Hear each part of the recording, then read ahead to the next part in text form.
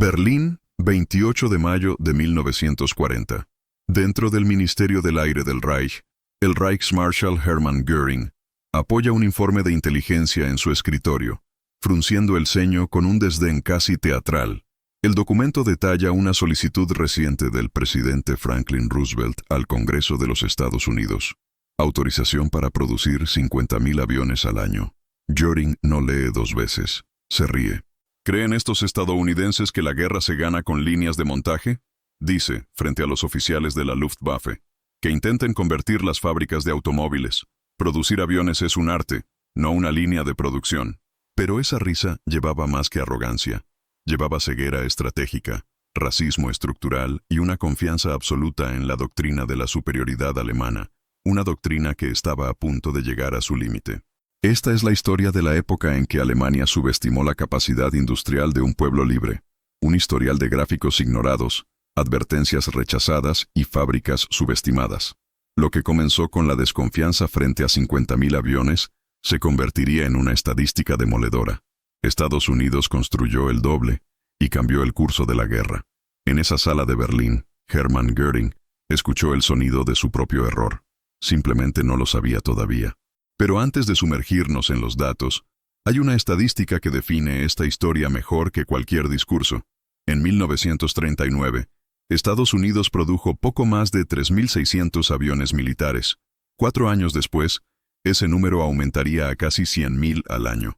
Un crecimiento del 2.600%. Una sola fábrica, construida en un tiempo récord sobre plantaciones en el interior de Michigan, produciría un bombardero pesado cada 63 minutos, día y noche, sin parar. Mientras Alemania dispersaba su producción en túneles y cuevas, Estados Unidos puso a mujeres, inmigrantes y estudiantes a remachar lo imposible.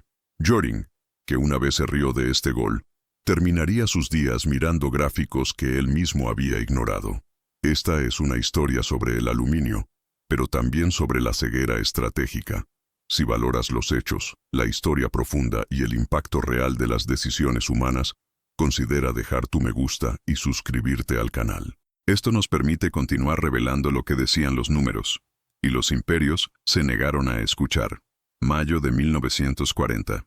Mientras las divisiones Panzer aplastaban las defensas francesas a una velocidad que redefinía el concepto de guerra, Franklin Delano Roosevelt subió a la tribuna del Congreso de los Estados Unidos. Europa se estaba desmoronando y habló con voz firme. Quiero que esta nación esté preparada para producir al menos 50.000 aviones al año. Era una frase que, para los alemanes, sonaba más a teatro que a amenaza. Los informes de la embajada alemana en Washington fueron enviados a Berlín con copias al alto mando de la Luftwaffe, y fueron ignorados. Göring, convencido de la inferioridad industrial estadounidense, comentó en una reunión con sus generales: son buenos en refrigeradores y automóviles, los aviones no, e incluso si lo intentan, su lenta democracia y sus fábricas descentralizadas nunca alcanzarán el ritmo de la guerra.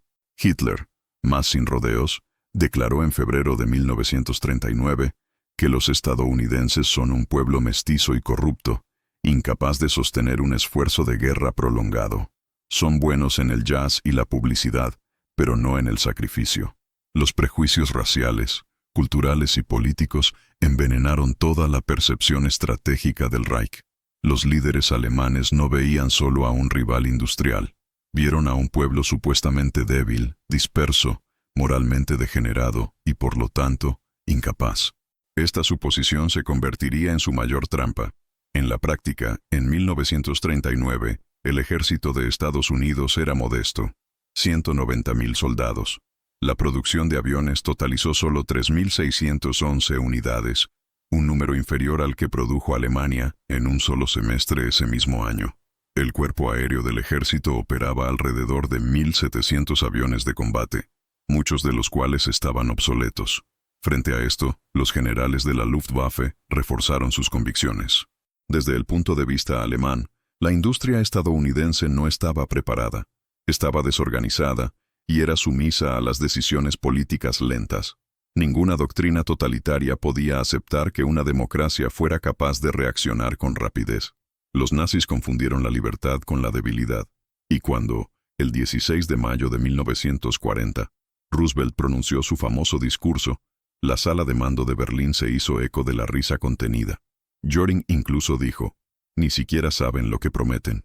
Pero mientras Alemania celebraba sus victorias en Dunkerque, algo tranquilo comenzó a moverse en Detroit, en Buffalo, en Seattle, en Long Beach. Fue un engranaje lento, sí, pero colosal.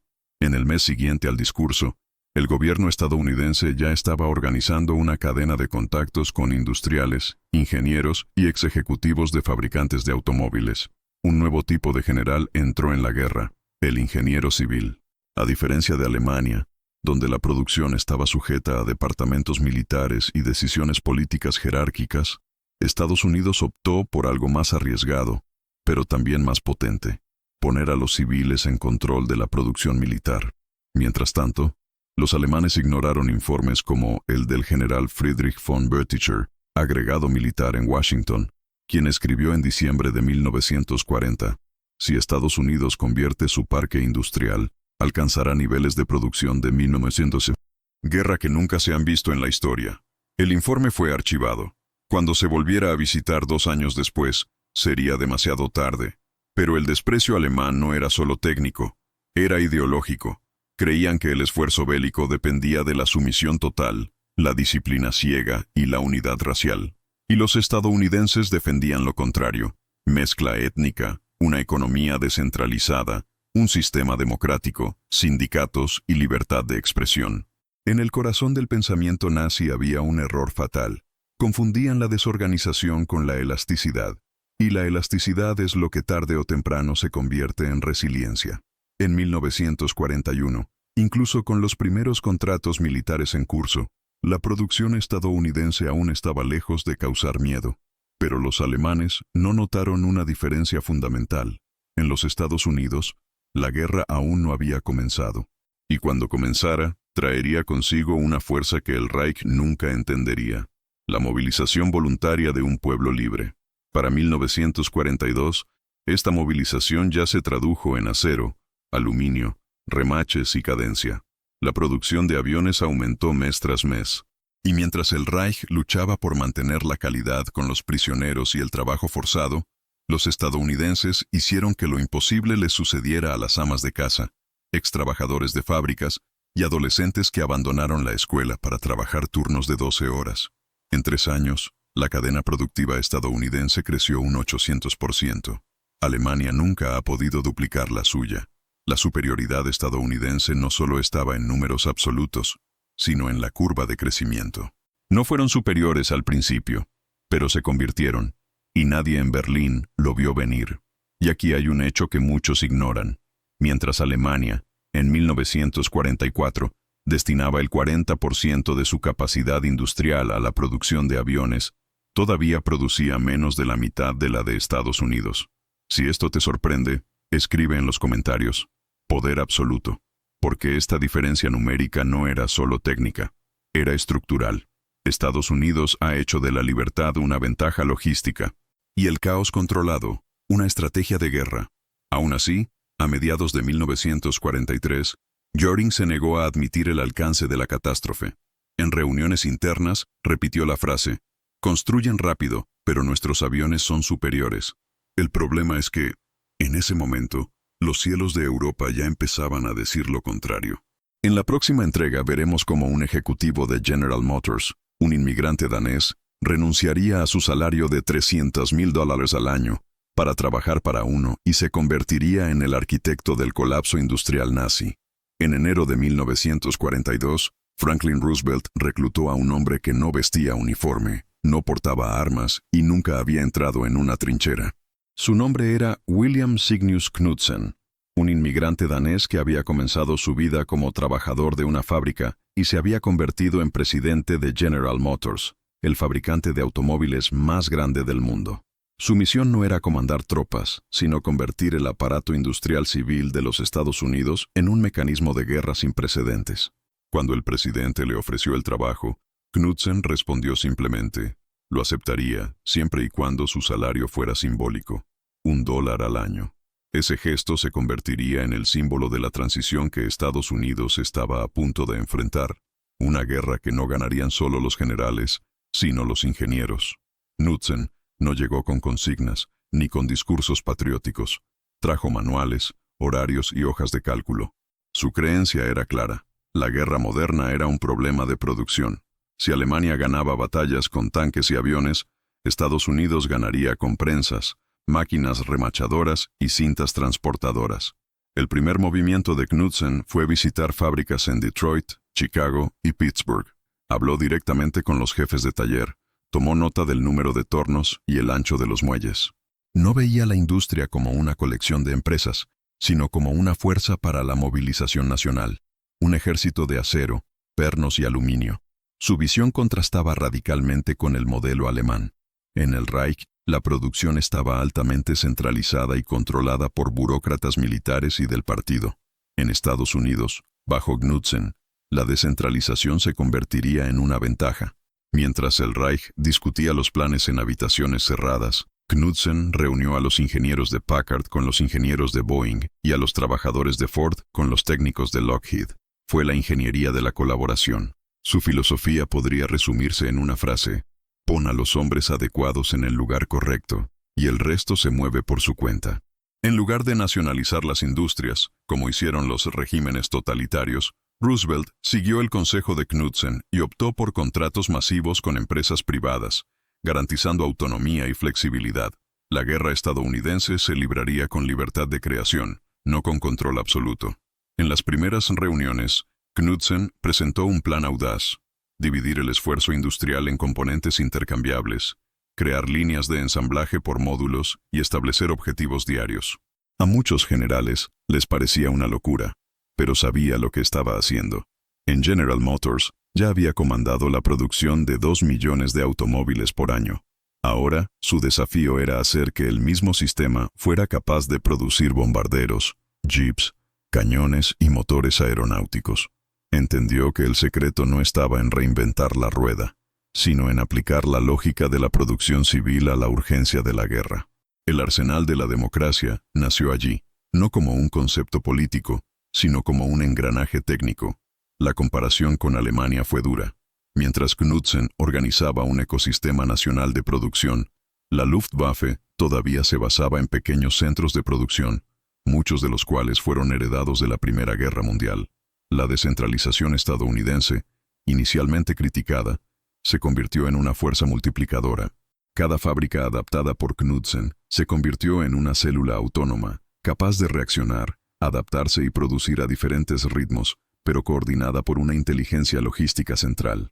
Entre 1942 y 1943, ayudaría a convertir cientos de fábricas civiles en arsenales. Algunos han mantenido sus estructuras originales. Otros fueron construidos desde cero. Las fábricas de refrigeradores se convirtieron en líneas de ensamblaje para torretas giratorias. Los que iban en bicicleta comenzaron a ensamblar ametralladoras. Knudsen se aseguró de que todos los sectores de la economía se incorporaran a la lógica de la guerra, pero sin perder su eficiencia original. Para él, la mayor arma de Estados Unidos era su cultura de producción en masa, desarrollada durante décadas de capitalismo industrial. A los pocos meses, Packard recibió los planos del motor británico Rolls-Royce Merlin, los adaptó al sistema estadounidense y comenzó a fabricar miles de unidades con una tolerancia de menos de 1 milímetro. Ford hizo lo mismo con los motores de bombarderos. La doctrina de la copia mejorada se convirtió en parte del esfuerzo de guerra. Los alemanes, a su vez, lucharon con problemas de estandarización. Cada fábrica siguió diferentes parámetros, lo que dificultó el reemplazo de piezas y el reemplazo de aviones dañados. Mientras Knudsen estandarizaba herramientas y tornillos, la Luftwaffe perdía tiempo adaptando piezas manuales. La lógica alemana, artesanal y orgullosa de su precisión, no pudo resistir el impacto de la producción en masa estadounidense. El Reich todavía veía la guerra como un campo de genios. Knudsen lo vio como matemáticas. Su pragmatismo eliminó el exceso de perfección en nombre de la eficiencia. Un avión funcional hoy vale más que un avión perfecto en 3 semanas. En reuniones con Roosevelt, Knudsen insistió en que el secreto de la victoria radicaba en mantener la cadencia. No detengan la cinta de correr, dijo. Y si había un problema, la cinta de correr se adaptaba, no se interrumpía. Esta mentalidad se adoptó gradualmente en todo el sistema industrial. Incluso los sindicatos, inicialmente resistentes a la militarización de las fábricas, estaban convencidos de los resultados. Los puestos de trabajo crecieron, los salarios aumentaron, y la contribución a la guerra fue visible en cada remache colocado. En 1943, Knudsen estaba a cargo de una red nacional que producía tanques, aviones, armas y repuestos en un volumen que el mundo nunca había visto, y lo hizo con diagramas, reglas y horarios, no con batallones. El ingeniero con un habla tranquila y acento danés se convirtió en una de las figuras más poderosas en el esfuerzo bélico estadounidense, y sin embargo, en las notas de Berlín, su nombre apenas aparecía. Para el Reich, seguía siendo solo un ejecutivo de fábrica, mientras que la verdadera pesadilla crecía a la sombra de Detroit. Al año siguiente, esta pesadilla tomaría forma física. Una fábrica se elevaría sobre campos rurales en la zona rural de Michigan, con más de 3,5 millones de pies cuadrados y una línea de ensamblaje de casi 2 kilómetros. Su nombre sería Willow Run, y no solo cambiaría el ritmo de la guerra, sino que cambiaría la naturaleza de la producción militar en sí. Cuando William Knudsen tomó la delantera en la movilización industrial estadounidense, la primera marcha en girar fue simbólica. La Ford Motor Company, la fábrica que había popularizado el automóvil a principios del siglo XX, ahora se estaba preparando para producir aviones de guerra. Lo que parecía irreconciliable, convertir las líneas de ensamblaje civiles en máquinas de guerra, comenzó a convertirse en una realidad en semanas, no en años. En marzo de 1941, las primeras plantas comenzaron a adaptar maquinaria. En julio, los primeros prototipos estaban listos, y a este ritmo, los números comenzaron a multiplicarse. En el año 1939 se produjeron 3.611 aviones en los Estados Unidos. Para 1940, ese número había aumentado a 6.186. A finales de 1941, ya había 18.466. Solo en diciembre de ese año, la industria estadounidense entregó más de 2.000 aviones, un crecimiento de más del 500% en 2 años. Para Knudsen, esto fue solo el comienzo. La esencia del milagro industrial estadounidense radicaba en la estandarización absoluta. El concepto de dividir un bombardero en subconjuntos, producidos simultáneamente por diferentes fábricas en diferentes estados, permitió que el ensamblaje final fuera rápido, preciso y escalable. Los motores se fabricaron en Packard, los fuselajes en Douglas y las alas en North American Aviation. Cada pieza viajó millas por ferrocarril y llegó ajustada a tolerancias milimétricas, una hazaña que los ingenieros alemanes consideraron poco práctica. Mientras tanto, al otro lado del Atlántico, la Luftwaffe todavía basaba gran parte de su producción en talleres regionales y diseños artesanales. La cultura alemana valoraba la ingeniería fina, los detalles extremos. Pero la guerra moderna ya no se trataba de la perfección del diseño. Se trataba de cadencia, volumen y reposición. Y en esto, Estados Unidos comenzó a dominar. Knudsen aplicó 3 pilares operativos: división de producción modular, maximización de turnos y estandarización de herramientas. Las fábricas comenzaron a funcionar las 24 horas del día, con 3 turnos diarios. La entrada masiva de mujeres y jóvenes ha ampliado la fuerza laboral. Las líneas de montaje se han rediseñado para tareas repetitivas y simplificadas. Un remache estuvo recibiendo un entrenamiento intensivo durante 3 días, y en el cuarto, ya estaba instalado en la línea. El concepto de ingeniería para trabajadores reemplazó el romanticismo del ingeniero de diseño. En los primeros meses, hubo resistencia, incluso dentro del departamento de guerra. Muchos oficiales no confiaban en que los civiles pudieran comprender la complejidad de un avión militar. Pero los resultados comenzaron a disolver los argumentos. Con cada nuevo mes, las hojas de cálculo superaron las metas. La producción de piezas de repuesto creció en proporción directa a la producción de aviones completos. Esto permitió que las unidades dañadas en combate se restauraran rápidamente. Alemania, por otro lado, sufrió una falta de estandarización. 2 cazas Messerschmitt producidos en diferentes fábricas podrían tener piezas no intercambiables. Este detalle, que parecía mínimo sobre el papel, se volvió crítico en el frente de batalla. El choque de realidades comenzó a aparecer en los informes de inteligencia. En agosto de 1941, la Luftwaffe recibió un informe clasificado de observadores en la costa este de Estados Unidos. El documento indicaba que las fábricas de Boeing y Douglas producían casi 600 aviones por mes. El texto sugería una aceleración significativa del esfuerzo industrial, incompatible con los modelos tradicionales de guerra. Pero la respuesta en Berlín fue escéptica. El término utilizado por un analista de la Luftwaffe fue exageración angloamericana. El desprecio por las fuentes, incluso las confiables, reveló un patrón. La doctrina nazi no aceptaba ser sorprendida por una democracia, y esta negativa sería costosa. En octubre de 1941, Knudsen presentó a la Oficina de Producción de Guerra un nuevo plan. 60.000 aviones al año, distribuidos entre bombarderos pesados, cazas y aviones de transporte. La propuesta fue recibida con escepticismo, pero no fue rechazada. Se convertiría en la columna vertebral de la estrategia estadounidense en el aire. Y cada objetivo iba acompañado de métricas, cronogramas y contratos con fabricantes repartidos por todos los estados. En cuestión de meses, empresas como Firestone, Goodyear, IBM e incluso empresas de muebles y electrodomésticos se insertaron en la cadena logística de la guerra. El poder no provenía de unas pocas fábricas grandes, sino de miles de engranajes pequeños. Cada ciudad produjo algo. Cada estado entregó su parte.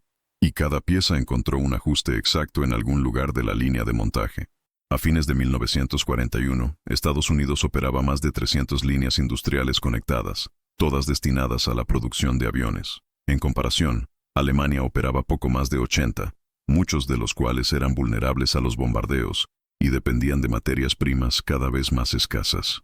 Estados Unidos, con un vasto territorio, reservas minerales, puertos y logística ferroviaria intacta, tenía lo que Alemania nunca tendría: profundidad estratégica, y ese se convertiría en el nuevo factor ganador. Pero el punto de inflexión no fue solo en la cantidad, estaba en la fluidez del sistema. En diciembre de 1941, los informes estadounidenses indicaban que más del 85% de los pedidos de producción se cumplían a tiempo y que la tasa de rechazo de fallas había caído a menos del 4%. El sistema estaba ganando madurez. Lo que era una apuesta, ahora era un motor. La Luftwaffe, ese mismo mes, se enfrentaba a graves problemas con las piezas de repuesto, y los vuelos de prueba para los nuevos modelos se retrasaban por la falta de componentes básicos, como pernos de aleación y hélices de repuesto. El contraste no fue solo de producción, era operacionalmente confiable. Mientras que Knudsen dijo que podemos duplicarlo en 6 meses, los funcionarios de la Luftwaffe pidieron más tiempo para probar nuevos diseños. En una reunión del alto mando alemán a principios de 1942, un coronel de la Luftwaffe declaró: «Los estadounidenses no entienden la guerra, pero si dejamos que continúen produciendo a este ritmo, no necesitaremos enseñar. Aprenderán de encima de nosotros». El siguiente capítulo de la guerra en los cielos se decidiría en una sola instalación, una fábrica construida en medio de plantaciones, que prometía un bombardero por hora. Era la promesa más absurda jamás hecha, y sin embargo, se cumpliría. Su nombre era Willow Run, y pondría de rodillas a la Luftwaffe frente a una cinta transportadora. El 18 de abril de 1941, en las llanuras del sureste de Michigan, se clavaron las primeras estacas en el suelo de una granja aislada. En ese campo, lejos de los focos de la guerra, comenzó a nacer la fábrica más ambiciosa de la historia de la humanidad. El nombre elegido parecía simple: Willow Run, pero el plan era todo menos modesto. A la Ford Motor Company, bajo el mando técnico de Charles Sorensen, se le había encomendado la tarea de ensamblar bombarderos pesados B-24 Liberator a escala industrial, algo que nunca se había intentado. El objetivo: un avión por hora. Un ritmo que, para los ingenieros militares de la época, parecía una locura. Incluso los propios aliados lo dudaban. La prensa lo apodó «¿Funcionará?», burlándose de la idea de que una fábrica civil pudiera sostener un programa de guerra. Y al principio, el apodo tenía sentido. Los primeros meses fueron un caos. El piso de la fábrica no estaba nivelado. Las piezas no encajaban. El primer bombardero completado, en septiembre de 1942, tuvo que ser desmantelado y reconstruido casi por completo. Las tasas de falla en las pruebas de calidad superaron el 50%. Los expertos advirtieron que Ford debería dar marcha atrás, pero Sorensen no retrocedió. No era un militar, era un maestro de la línea de montaje. Y su visión no solo era audaz, sino metódica. Sorensen y su equipo dividieron el B-24 en 488 subconjuntos, cada uno diseñado para ser ensamblado de manera estandarizada, por trabajadores civiles sin experiencia previa en aviación. Para ello, desarrollaron herramientas específicas, crearon moldes de precisión e introdujeron sistemas de remachado hidráulico sin precedentes. Los cables eléctricos ahora están preensamblados en arneses, lo que reduce las fallas y el tiempo de instalación. Los transportadores móviles se adaptaron para piezas gigantescas. Y sobre todo, se replanteó el diseño industrial del espacio. La fábrica se construyó como una línea continua en forma de L, permitiendo que el avión naciera en un extremo y despegara volando por el otro. Fue la transposición de la lógica del automóvil al campo de la aviación pesada. El avance técnico, sin embargo, requirió la adaptación humana. Y aquí, una vez más, la lógica estadounidense desafió los modelos europeos. La fuerza laboral de Willow Run estaba compuesta principalmente por mujeres, inmigrantes, campesinos y jóvenes sin capacitación técnica. Para los alemanes, esto sonaba a desesperación. En los informes de la Luftwaffe capturados después de la guerra, los trabajadores civiles estadounidenses fueron descritos como poco confiables, y la entrada de las mujeres en las fábricas se interpretó como evidencia de colapso moral. La ironía de esta historia es que la solución estaba frente a ellos, mientras que los alemanes perdieron ingenieros en los bombardeos y reemplazaron a los trabajadores calificados con prisioneros. Los estadounidenses entrenaron a las amas de casa para ensamblar turbinas. Las herramientas han sido rediseñadas para manos más pequeñas. Las estaciones de trabajo se han ajustado para reducir la fatiga. La productividad aumentó, mientras que la complejidad disminuyó. Si te gusta desentrañar estos hechos que la historia ha ignorado durante décadas, muestra tu apoyo. Dale me gusta y suscríbete al canal. Nos ayuda a seguir aportando este nivel de investigación y detalle. En 1943, Willow Run aún no había alcanzado su objetivo. La producción era de 56 bombarderos por mes. Un progreso, pero lejos de ser prometido. Ford estaba bajo presión por todos lados. El gobierno exigió resultados. La prensa se burló. Los propios ingenieros amenazaron con abandonar el proyecto. Pero entonces, lo que parecía imposible comenzó a suceder. En septiembre de ese año, la producción había aumentado a 148 aviones. En diciembre, llegó a 365. Y finalmente, en abril de 1944, Willow Run alcanzó su cúspide, 428 bombarderos en un solo mes, uno cada 63 minutos, día y noche, sin parar. Una sola fábrica, construida sobre un campo rural, producía más bombarderos pesados de los que toda la Luftwaffe podía operar en un trimestre. Y no fueron solo números. Cada B-24 llevaba torretas motorizadas, miras Norden de alta precisión, ametralladoras calibre .50 en todas las direcciones, alcance transoceánico y capacidad de destrucción en profundidad. Era una fortaleza voladora, pero ahora producida en masa. Los informes comenzaron a llegar a Berlín, primero con incredulidad, luego con aprensión. El general Adolf Galland, en audiencia con Göring, comentó: «No solo vuelan más, vuelven y vienen en oleadas». La Luftwaffe, una vez soberana, estaba comenzando a retirarse. Pero el impacto de Willow Run aún estaba lejos de su clímax, porque lo que vendría después no era solo la superioridad aérea, era una aritmética despiadada, un flujo de bombarderos tan constante que haría que los cielos mismos parecieran fábricas en movimiento. En la siguiente parte, veremos cómo los pilotos alemanes comenzaron a percibir el cambio y por qué, en sus relatos, no fue el coraje estadounidense lo que los asustó, fue la cantidad. La transición de la arrogancia al reconocimiento silencioso comenzó lejos de Europa, en los cielos cálidos y polvorientos del norte de África. Fue en la campaña de Túnez, entre finales de 1942 y principios de 1943, cuando los pilotos veteranos de la Luftwaffe se encontraron con algo que no podían nombrar, pero que no podían ignorar. Los estadounidenses estaban aprendiendo, y estaban apareciendo. En diciembre de 1942, el mayor Johannes Steinhoff, entonces comandante del Jagdgeschwader 77, informó en su diario de campaña: «Los pilotos estadounidenses ya no son aficionados, y lo más inquietante es que cada día hay más». El tono ya no era de desprecio. Se volvió calculador. La aviación estadounidense, hasta entonces vista como una fuerza auxiliar, ahora emergió en formación sólida, con doctrina en evolución, protección mutua y, sobre todo, volumen. Las salidas aumentaron en cadencia y alcance. Los bombarderos que anteriormente habían volado sin compañía ahora eran escoltados por cazas. Los modelos seguían siendo inferiores en maniobrabilidad a los cazas alemanes, pero estaban mejorando, y estaban en número suficiente para reemplazar las pérdidas semanalmente. Ese fue el cambio. No se trataba solo de calidad, sino de reemplazo. Cada B-17 derribado, cada P-38 estrellado, fue reemplazado en cuestión de días. La Luftwaffe no podía hacer lo mismo. Los informes internos alemanes comenzaban a reflejar esta nueva realidad.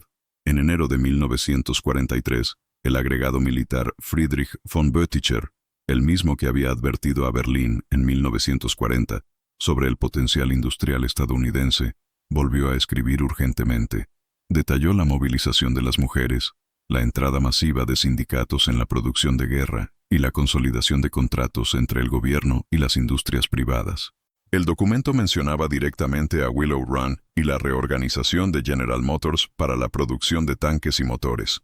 Boeticher escribió: «La producción de guerra estadounidense alcanzará alturas inimaginables.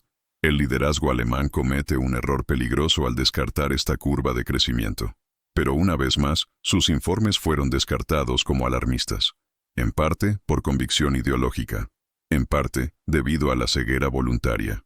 Hitler todavía creía que el factor racial, moral y político hacía que Estados Unidos fuera estructuralmente incapaz de sostener una guerra prolongada.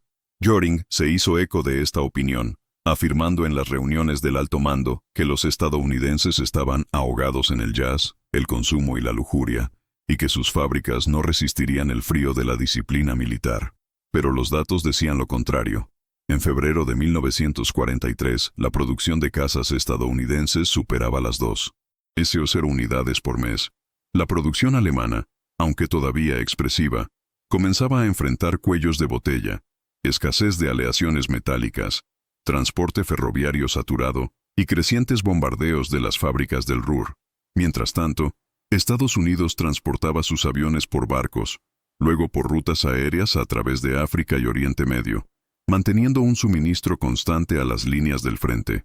La elasticidad logística estadounidense estaba comenzando a marcar la diferencia en el campo de batalla. Al principio, la Luftwaffe tenía una ventaja táctica. Sus cazas, Messerschmitt Bf-109 y Focke-Wulf FW-190, seguían siendo superiores a los modelos aliados en combate singular, pero la ventaja desapareció cuando los cielos estaban llenos. En misiones sobre el norte de África y luego Sicilia, los alemanes se enfrentaron a formaciones de bombarderos tan densas que parecían muros voladores. Incluso si un piloto alemán derribaba 2, 3 o 4 aviones en un día, había docenas más en el horizonte. La superioridad numérica comenzó a sofocar el talento, y esto creó un nuevo tipo de miedo, el miedo a la inevitabilidad. En la retaguardia, los analistas de Reich observaban con creciente inquietud el efecto de esta saturación. Un informe interno de la Luftwaffe, fechado en marzo de 1943, describía el patrón de producción aliado como mecanizado, repetitivo, masivo. La intención era depreciar, pero inadvertidamente, el documento reconoció lo que los alemanes no podían replicar: la capacidad de generar guerra a escala industrial, y esto apenas comenzaba.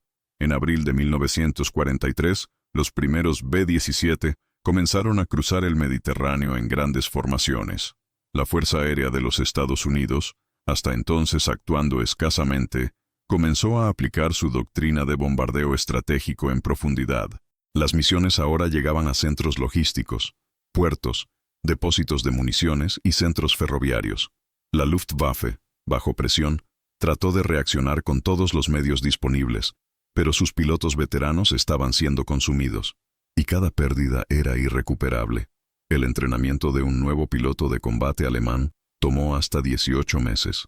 Los estadounidenses, con escuelas estandarizadas, capacitaron a miles por semestre. Las matemáticas comenzaron a decidir el resultado. El mayor Hannes Trautloff, una de las figuras centrales de la aviación alemana, resumió el dilema en una breve frase: seguimos siendo buenos, pero siguen llegando. Y los números lo confirmaron. En julio de 1943, la Luftwaffe produjo 1.002 cazas. Los estadounidenses produjeron 2.179. En septiembre, la diferencia se acentuó. La Luftwaffe mantuvo sus promedios, pero Estados Unidos duplicó sus números. Y lo más impresionante, no fue un pico, era una curva que se elevaba cada trimestre. La doctrina de Göring, que anteriormente había creído en la precisión y la superioridad individuales, ahora estaba arrinconada por las estadísticas. La guerra se había convertido en una cuestión de aritmética, de saturación y reemplazo.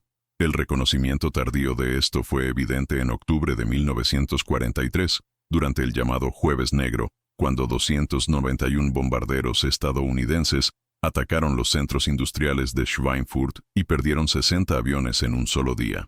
La Luftwaffe celebró. Pero 2 semanas después, una nueva formación de 230 bombarderos repitió el ataque. Y 2 semanas después, otro. Cada vez con nuevos aviones, tripulaciones renovadas y sistemas mejorados. Lo que los alemanes llamaron terquedad fue, de hecho, una logística persistente. Y estaba ganando la guerra en el cielo. En la siguiente parte, veremos cómo esta avalancha aérea llegó a ser sostenida por una fuerza laboral poco probable, compuesta no por soldados, sino por mujeres, inmigrantes, campesinos y trabajadores civiles. Una fuerza que Alemania despreciaba. Pero eso cambiaría el curso de la historia. Mientras la Luftwaffe luchaba por reemplazar a los pilotos veteranos y reparar los cazas dañados, la industria estadounidense creció con un ejército invisible, no en las trincheras, sino en las fábricas. En 1943, el 65% de la fuerza laboral de la industria aeronáutica de los Estados Unidos estaba compuesta por mujeres. No fueron entrenados para el combate, no marcharon en desfiles, no aparecieron en desfiles, pero estaban en la primera línea de otra batalla, la batalla de la producción.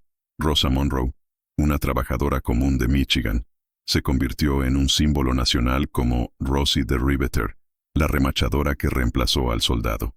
Su rostro estaba cubierto con el lema «Podemos hacerlo», pero lo que realmente importaba era lo que hacían sus manos. 3.000 remaches por vuelta, con un 99.5% de precisión. La eficiencia estadounidense no era solo técnica, era humana. Las manos más pequeñas permitieron un acceso más fácil a espacios confinados en los fuselajes. Las herramientas han sido rediseñadas para mayor comodidad y agilidad. Las estaciones de trabajo se optimizaron en función de la ergonomía, una ciencia que era casi inexistente en las fábricas alemanas. Y aunque Berlín se burló de ella como debilidad, la productividad se disparó. En Long Beach, Douglas Aircraft empleó a más de 41.000 personas, 22.000 eran mujeres. En Seattle, Boeing operaba las 24 horas del día, 3 turnos continuos, todos ocupados en su mayoría por jóvenes que, meses antes, ni siquiera sabían lo que era una remachadora hidráulica. La fuerza laboral estadounidense era esencialmente democrática, compuesta por mujeres, inmigrantes, afroamericanos, mexicanos, nativos, adolescentes e incluso jubilados. La segregación racial persistió en varias regiones, pero en el corazón de la producción, la necesidad superó los prejuicios. Los afroamericanos operaban tornos, ensamblaban motores e inspeccionaban componentes vitales. Un trabajador indio en Oklahoma podría construir el tren de aterrizaje de un bombardero que sería terminado por una mujer italoamericana en Detroit. La diversidad no era un eslogan, era el motor de la victoria. Al otro lado del Atlántico, Alemania dependía cada vez más del trabajo forzado. En 1944, aproximadamente el 40% de toda la fuerza industrial del Reich estaba compuesta por prisioneros de guerra, esclavos de territorios ocupados y civiles secuestrados. La llamada solución económica fue tratada como una operación de guerra paralela, pero la realidad en las fábricas subterráneas del proyecto Jagger, como en Mittelberg, fue desastrosa. Las condiciones eran inhumanas. Se estima que 20.000 prisioneros murieron solo para mantener la producción de los cohetes U-2. Los informes internos de las SS revelaron el colapso de la calidad, piezas saboteadas, fallas estructurales, motores que explotaron en la prueba. El trabajo esclavo, que se suponía que compensaría la falta de mano de obra alemana, producía menos y con más defectos. Mientras tanto, en los Estados Unidos, la productividad por trabajador aumentó un 300% entre 1941 y 1945, no por coerción, sino por organización, capacitación y propósito. Cada trabajador sabía a dónde iría ese motor. Todas las mujeres sabían que ese remache sostendría un ala sobre el Atlántico. No se impuso el compromiso, fue voluntario. La ironía histórica no podría ser más evidente. El Reich, que se creía racialmente superior, estaba siendo derrotado por personas que ni siquiera reconocía como parte de la ecuación de la guerra. Göring llamó a los estadounidenses una raza mixta degenerada, incapaz de disciplina. Pero fue precisamente esta mezcla, esta apertura social y esta lógica industrial participativa lo que sostuvo la producción bélica más ambiciosa de la historia. En números absolutos, las fábricas estadounidenses produjeron 96.270 aviones solo en 1944. Alemania, en todo el curso de la guerra, produjo 94.677. Estados Unidos construyó más aviones en un año que el Reich en 6. Esta no fue solo una victoria de cantidad, sino de sistema. En lugar de someter a los trabajadores al látigo, los estadounidenses usaron hojas de cálculo, diagramas e incentivos. En lugar de cuevas, construyeron ciudades industriales. En lugar de miedo, usaron un propósito. Y eso marcó la diferencia. La eficiencia alcanzó niveles impensables. Las inspecciones realizadas por mujeres trabajadoras redujeron la tasa de defectos del 3,2% a solo el 0,3% en fábricas como Douglas, algo que ninguna unidad del Reich ha podido replicar. En Alemania los cambios de diseño tardaron meses en implementarse. En los EEUU ocurrieron semanalmente. En 1943, solo en la línea de ensamblaje del B-24, se aplicaron 578 modificaciones sin interrumpir la producción. El sistema era flexible, vivo, integrado, y tenía ojos y oídos en cada trabajador. La Luftwaffe capturó informes sobre esta transformación, pero se negó a creerlo. Un documento de inteligencia alemán de 1943 afirmaba que el empleo femenino masivo era un síntoma de la desesperación de la sociedad occidental. Un error trágico, porque, en la práctica, estas mujeres lideraban una revolución industrial, silenciosa, efectiva e imparable. Mientras que los generales alemanes citaban a Homero, los ingenieros estadounidenses citaban tablas. Mientras los nazis diseñaban armas de venganza, los estadounidenses proyectaban eficiencia. Y eso fue aplastar al Reich, una pieza a la vez. La ironía de esta historia es que la solución estaba frente a ellos. Si te gusta desentrañar estos hechos, muestra tu apoyo. Dale me gusta y suscríbete para que podamos traerte contenido más detallado como este. Porque, como veremos en la siguiente parte, la supremacía no solo estaba en las fábricas o talleres, sino también en los cielos. La avalancha de aviones comenzó a tocar suelo alemán, y la Luftwaffe se vio obligada a enfrentar lo que había ignorado durante tanto tiempo. El enemigo invisible ya no era invisible. Llegó en formaciones de 700 bombarderos, todos propulsados por la fábrica que Göring había dicho que era imposible. Los cielos de Alemania, que durante años habían sido sinónimo de superioridad aérea y dominio de la Luftwaffe, se convirtieron en 1944 en corredores permanentes de acero, fuego y precisión. Era el sonido metálico de las matemáticas ganando a la ideología. La ofensiva aérea estadounidense había dejado de ser simbólica. Ahora era sistemática. Entre el 20 y el 25 de febrero de ese año, los aliados desataron la llamada Semana Grande, 3.500 salidas de bombarderos en solo 5 días. Las fábricas alemanas de aviones, motores, rodamientos y centros logísticos se convirtieron en objetivos prioritarios. En cada incursión, cientos de B-17 Flying Fortress y B-24 Liberator volaron en formación cerrada, protegidos por ametralladoras calibre .50, torretas motorizadas, radares de navegación y precisión de bombardeo por instrumentos. La Luftwaffe, ya debilitada, se enfrentó a un dilema: perder los cielos o perder a sus últimos pilotos experimentados. La elección resultó imposible. Solo esa semana se perdieron alrededor de 100 ases veteranos, hombres que no pudieron ser reemplazados. La producción de cazas alemanes todavía estaba tratando de mantener el ritmo, pero los números revelaron el desajuste fatal. Alemania producía alrededor de 1.000 cazas al mes y perdía 1.200. Estados Unidos, por otro lado, fabricaba 2.500 casas al mes y perdía solo 400. Las matemáticas se convirtieron en una oración. El mayor Heinz Behr, uno de los mayores ases de la Luftwaffe, describió su misión sobre Brunswick con palabras secas. Había al menos 700 bombarderos. El horizonte estaba cubierto. Éramos 8. No había nada que hacer. Fue desesperado. La táctica estadounidense dejó poco espacio para el heroísmo individual. Era una máquina a escala continental, hecha para reemplazar cada avión derribado en días, cada motor destruido en horas. En octubre de 1943, en el infame Jueves Negro sobre Schweinfurt, 60 bombarderos fueron derribados en un solo ataque. Y sin embargo, en menos de 2 semanas, todos estaban de vuelta en formaciones de vuelo. La fábrica de Willow Run por sí sola pudo compensar las pérdidas. Si eso suena increíble, considere esto. Solo en 1944, Estados Unidos produjo 96.270 aviones militares. Toda Alemania, en toda la Segunda Guerra Mundial, fabricó 94.677. Estados Unidos hizo, en un año, lo que todo el Reich no pudo hacer en 6. Este es el momento de hacer una pausa para reflexionar. Si esta estadística te impresiona, escribe en los comentarios datos impactantes, porque representa el punto en el que la guerra dejó de ser una confrontación de ejércitos y se convirtió en una comparación de sistemas. El B-17 estadounidense, apodado la Fortaleza Voladora, llevaba hasta 13 ametralladoras calibre 50 y estaba protegido por un sistema de torretas eléctricas capaces de cubrir casi todos los ángulos de ataque. El B-24, con mayor alcance, complementó la ofensiva estratégica. Juntos, estos modelos volaron en escuadrones tan densos que, desde el suelo, parecían una nube de metal. Desde un punto de vista técnico, estos bombarderos utilizaron sistemas de navegación como Norden Bombsight, que permitió bombardeos de alta precisión a 25.000 pies de altitud, un lujo tecnológico inalcanzable para los alemanes. La coordinación logística fue igualmente impresionante.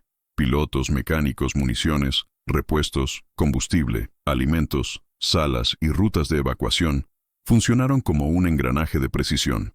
Los bombarderos no solo atacaron objetivos industriales, desmantelaron la base de producción alemana, célula por célula. La cadena de suministro del Reich comenzó a desmoronarse. Las pérdidas no fueron solo materiales, eran estructurales. En una reunión en marzo de 1944, Göring recibió un informe de su propio personal, advirtiendo que el ritmo de pérdida y destrucción superaba la capacidad de reemplazo. El hombre que se había reído del plan estadounidense de 50. Esos 0 aviones ahora, hojeaba páginas que parecían guiones para una sentencia de muerte. Su mirada estaba fija en una frase del informe. La producción aliada se sostiene en un sistema que opera con redundancia, previsibilidad y volumen, algo que nuestras fábricas dispersas nunca podrán imitar. A partir de ese momento, los discursos triunfales de la Luftwaffe fueron reemplazados por lamentos silenciosos en los pasillos del mando, porque los generales comenzaron a comprender que no era solo una guerra contra los bombarderos, era una guerra contra la realidad. Con cada formación que sobrevolaba territorio alemán, llegaban menos trabajadores a las fábricas, trabajaban menos locomotoras, llegaba menos aluminio y acero a los hangares. Alemania se estaba hundiendo en el colapso logístico. El sonido de las sirenas ya no anunciaba una alerta. Era rutinario. Y para el pueblo alemán significaba que la guerra ahora estaba presente en las ventanas de sus hogares. El 6 de junio de 1944, durante la invasión de Normandía, 11.590 aviones aliados surcaron los cielos. La Luftwaffe logró lanzar solo 319 salidas. La proporción fue de 36-1. Göring, antes de aterrizar, confesó a sus oficiales: cuando vengan, vendrán con tal superioridad que ninguna posición puede resistir. Pero lo que más perturbó a los nazis no fue el poder ofensivo de los bombarderos, sino el hecho de que después de cada ataque, los estadounidenses simplemente construyeron más. A fines de 1944, la producción de bombarderos en los Estados Unidos había alcanzado un máximo de casi 4.000 por mes. Ningún sistema alemán podría manejar tal escala. Ningún general alemán, ni siquiera Hitler, había concebido una guerra en la que la repetición se convirtiera en el arma más letal. El Reich creía en las pistolas paralizantes. Estados Unidos respondió con la producción en masa. Pero la guerra aún no había terminado, y lo que los alemanes verían a continuación no sería solo acero, sería el símbolo más letal de la capacidad estadounidense, el bombardero B-29, con una tecnología tan avanzada que Alemania ni siquiera tenía un prototipo comparable. A finales de 1944, el Reich estaba en pie, pero ya no luchaba con la esperanza de la victoria, sino con la resistencia de la negación. La doctrina de la superioridad técnica alemana, sostenida durante años, había sido aplastada por una verdad simple e ineludible: la aritmética.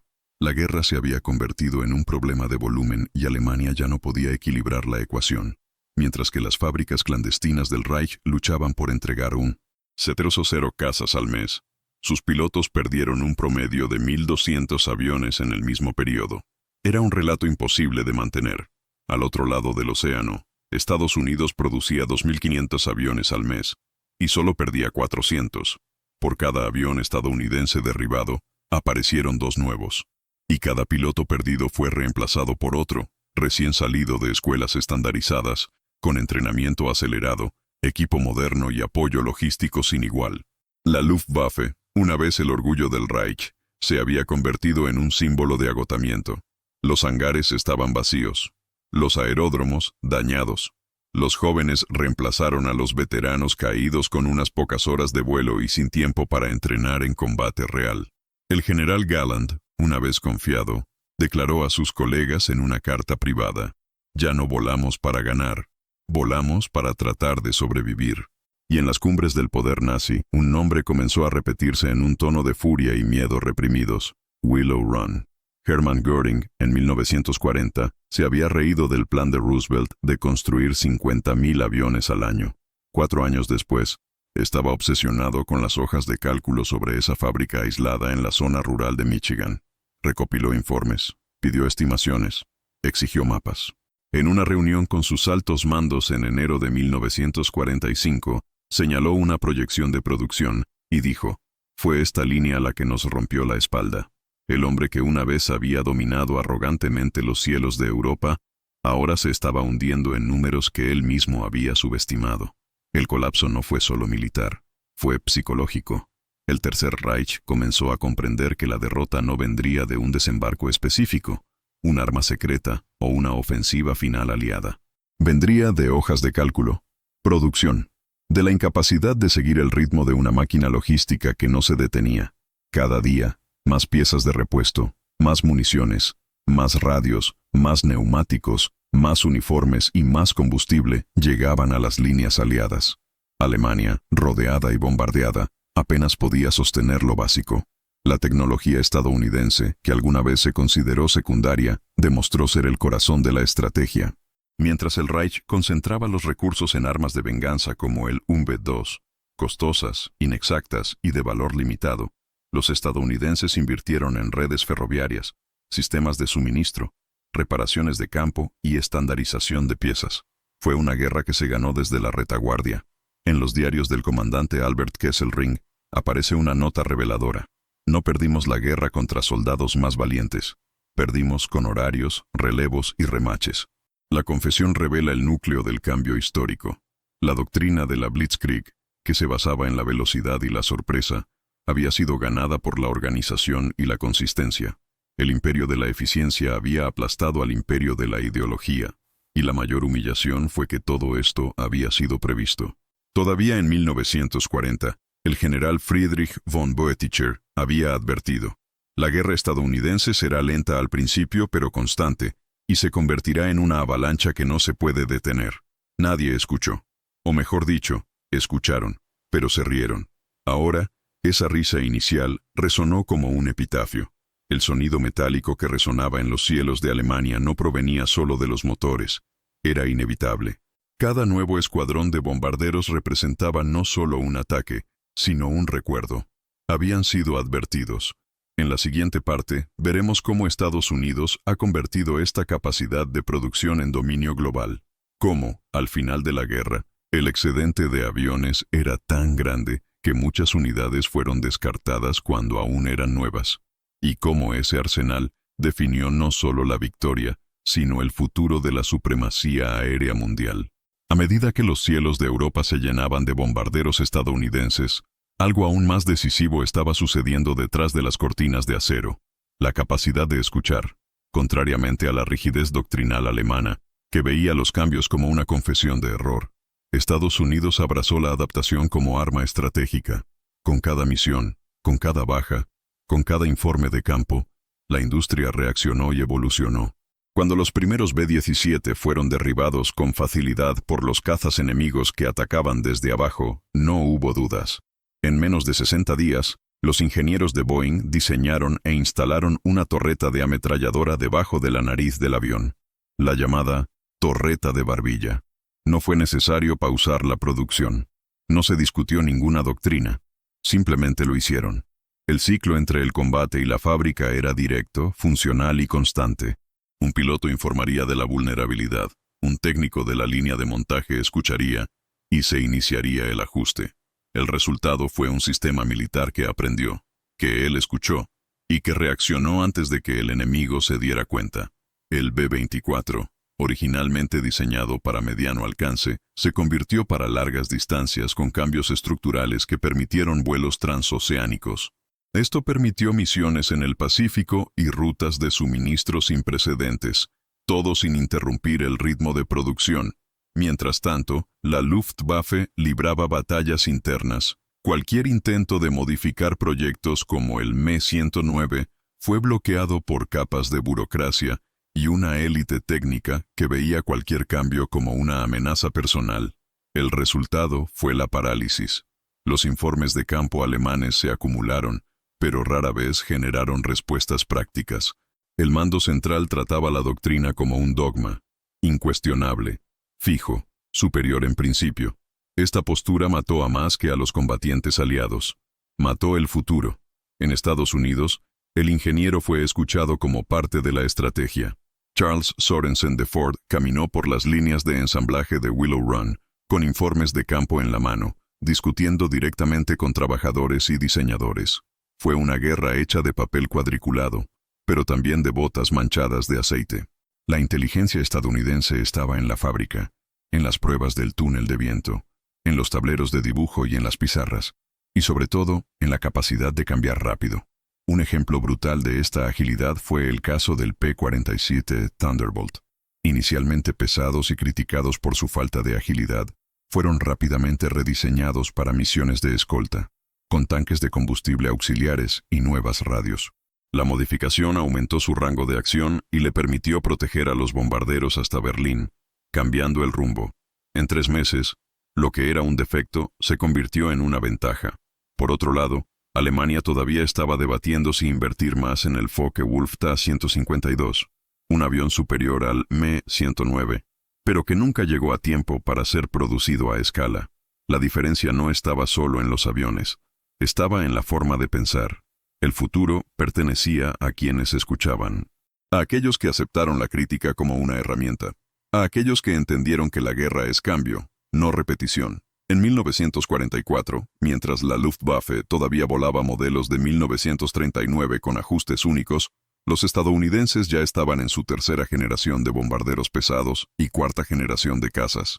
Era un abismo tecnológico, pero sobre todo, cultural. La doctrina estadounidense de la guerra industrializada se basaba en la ingeniería de respuesta, un ecosistema donde soldados, ingenieros, trabajadores y comandantes hablaban el mismo idioma.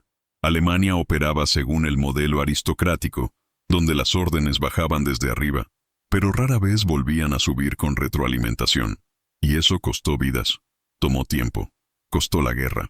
En enero de 1945, un informe de la USAF mostró que el 87% de las modificaciones sugeridas en el campo se habían implementado en los últimos 12 meses. Esto incluyó todo, desde cambios en el armamento hasta ajustes ergonómicos en los asientos de los pilotos, pantallas, radios y sistemas hidráulicos. No había apego. Hubo eficiencia. Y al otro lado del Atlántico, Göring observó esta avalancha con incredulidad. En una reunión con Speer, el ministro de Producción de Armamentos, Göring señaló una estadística estadounidense y dijo: «Cambian más en 6 meses que nosotros en 6 años». Fue la rendición de la ideología a la lógica.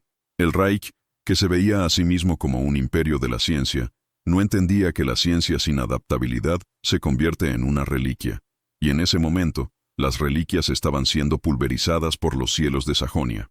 La guerra estaba decidida, pero aún no había terminado, porque, incluso frente a la inevitabilidad, hubo una última etapa de derrota, el colapso moral. En la siguiente parte, veremos cómo la máquina alemana, rodeada por todos lados, comenzó a implosionar, no por falta de coraje, sino por falta de futuro, y cómo los propios generales comenzaron a admitir que la mejor arma del enemigo no era el avión, fue la fábrica la que los produjo en silencio. Con Berlín bajo constante bombardeo y la industria alemana al borde del colapso, Hermann Göring aprobó el llamado Programa Jäger en 1944, un intento desesperado de salvar la producción de casas trasladando fábricas a 729 sitios dispersos, muchos de ellos subterráneos, túneles ferroviarios abandonados, cuevas, minas y almacenes escondidos en los bosques. La teoría era simple: descentralizar para evitar los bombardeos aliados. Pero, en la práctica, se creó una red de caos. Cada nueva ubicación requería su propia infraestructura, logística duplicada, recursos humanos escasos y, sobre todo, control, algo que el Reich ya había perdido. Sin la iluminación adecuada, la ventilación o las herramientas suficientes, estos centros se han convertido en almacenes de muerte y fracaso. El complejo Mittelberg en Nordhausen fue uno de los mayores símbolos de esta bancarrota. Allí, los presos políticos, judíos, gitanos y trabajadores forzados fueron sometidos a horas agotadoras, en condiciones infrahumanas, para ensamblar el cohete USP-2, un proyecto megalómano que, aunque avanzado, consumió millones y entregó poco. De cada 10 cohetes lanzados, hasta 6 fallaron. Pero el número más trágico fue en los túneles. 20.000 prisioneros murieron para producir unos 5.000 cohetes. Es decir, 4 vidas por misil, un costo logístico y moral insostenible. La ingeniería nazi, que afirmaba ser superior, se hundió en su propia obsesión por el control absoluto. Con cada nuevo bombardeo aliado, una fábrica quedó enterrada. Con cada nuevo centro improvisado, más escasez. En lugar de concentrar fuerzas, dispersaron las debilidades. La cadena de suministro se descomponía a diario. Piezas que tardaban semanas en llegar, motores que no encajaban, aviones que nunca despegaban. El totalitarismo, que prometía orden y eficiencia, reveló su verdadero rostro: una máquina retenida por la paranoia, la rigidez y el miedo. Mientras tanto, la Ford Motor Company en Chicago operaba con 18.000 trabajadores en 3 turnos y producía por sí sola más motores aeronáuticos por mes que toda Alemania. En enero de 1945, la línea de ensamblaje de Ford entregaba 5.600 motores V8 modificados para uso militar. Toda la Luftwaffe apenas pudo probar 1.200. El Reich gastó escasos recursos tratando de ocultar sus fábricas bajo tierra. Los estadounidenses ampliaron las suyas a la luz del día porque sabían que no serían interrumpidas. La propaganda nazi todavía insistía en la imagen de un imperio impenetrable, pero los informes internos contaban otra historia. En febrero de 1945, una reunión entre Speer, Milch y Göring confirmó el colapso. La producción mensual de casas cayó a 860 unidades, de las cuales más del 40% tenía defectos de fábrica. Los motores se entregaron con fallos de encendido, superficies de control con huecos, fuselajes mal soldados y, lo que es peor, sin piezas de repuesto. La improvisación se ha convertido en estándar, y el estandarte se convirtió en ruinas. Mientras tanto, Estados Unidos operó con redundancia. Para cada pieza esencial, había múltiples proveedores. Para cada motor, hubo pruebas dobles.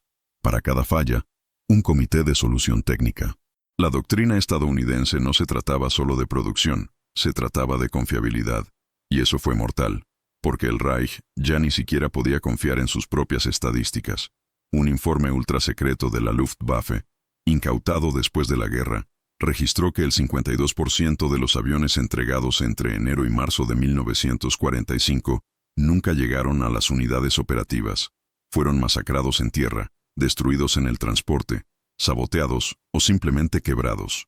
Para entonces, los nazis habían perdido más que fábricas. Habían perdido el ritmo. La repetición, el alma de la industria moderna, había sido reemplazada por la improvisación, la desesperación y la propaganda. El concepto de producción en serie fue sofocado por un sistema que castigaba la iniciativa, controlaba la creatividad y censuraba la verdad. La ideología ha sofocado la máquina. Alemania, que en 1939 prometía 1000 años de orden absoluto, terminó 1945 con una producción fracturada, dependiente de la esclavitud, sin un liderazgo técnico confiable y sin un plan de recuperación. Lo que debería ser un programa de resistencia se ha convertido en un símbolo de decadencia. La propia estructura física del Jaeger simbolizaba esto: túneles oscuros, máquinas oxidadas, trabajadores hambrientos y capitanes que exigían informes optimistas, incluso cuando los motores explotaban en el banco de pruebas. Con cada nueva visita de inspección, los números se inflaron, y mentir se ha convertido en rutina.